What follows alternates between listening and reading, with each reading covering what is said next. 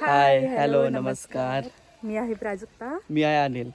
तर आम्ही आज चाललोय आमच्या मांडावरती ओटी भरायला आणि नंतर आम्ही रामेश्वराच्या मंदिरात जाणार आहे.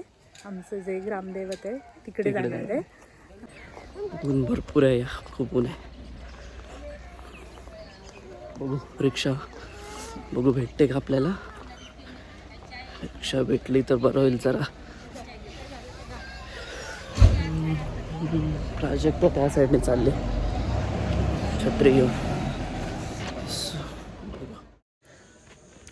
सगळ्यात आधी आम्ही आलो आहोत आमच्या गावच्या रामेश्वर मंदिरात. रामेश्वर हे आमच्या करोळ गावचे ग्रामदैवत आहे. रामेश्वर म्हणजे शिव यांचे एक रूप मानले जाते. गाव कोणत्याही शुभकाम असलं आणि सण असो किंवा उत्सव, लोक आधी इथे येऊन देवाचे दर्शन घेतात आणि आशीर्वाद घेतात. गावकऱ्यांची अशी श्रद्धा आहे की रामेश्वर देव गावावर नेहमी कृपा ठेवतो आणि सगळ्यांचं रक्षण करतो. आत्ता आम्ही जाणार आहोत शिमग्याच्या म्हणजे आमच्या होळीच्या ठिकाणी. आमच्या गावात एकूण 8 वाड्या आहेत आणि प्रत्येक वाडीत वेगवेगळी होळी असते. पण आमच्या करूळ गावची मिळून सगळ्या वाड्यांची मिळून एक होळी असते. तिथे सगळे गावकरी एकत्र येतात. इथे 8 दिवस शिमग्याचे वेगवेगळे कार्यक्रम असतात. जसं की दशावतार, कधी पिक्चर दाखवतात, कधी काय असं रोज वेगवेगळे कार्यक्रम असतात. ते इथे इकडे सगळेजण एकत्र येऊन खूप एनर्जेटिक वातावरण असतं आणि खूप पॉझिटिव्ह वाईब्स असतात. साडी कडाळीचं घातील कांडन गिरजा बाईनं, साडी कडाळीचं घातील पांडन गिरजा बाईनं. एक गाव टाकते मसंते उठते, एक गाव टाकते मसंते उठते, साडी कडाळीचं घातील कांडन गिरजा. बंधू येईला माहेरी न्यायला, गौरी गणपतीच्या सणाला. गाडी घुमराची येईला न्यायला, गाडी घुमराची गौरी गणपतीच्या सणाला.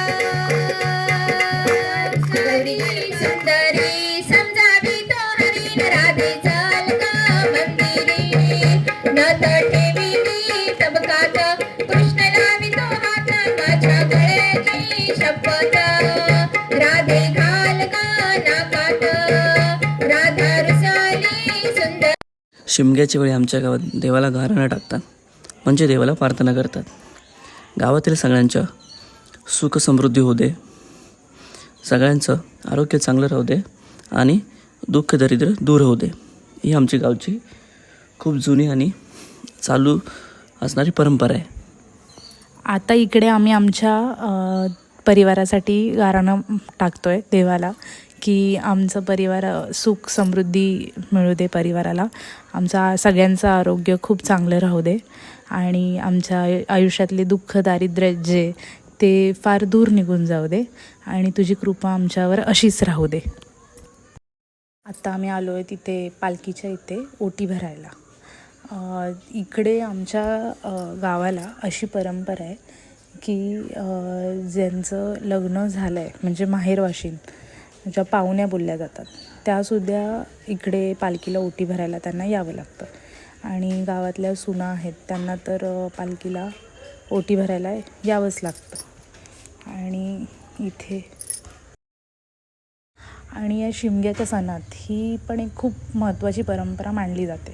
सगळे गावकरी एकत्र येतात, खूप भावभक्तीने हे सगळे विधी पार पाडतात.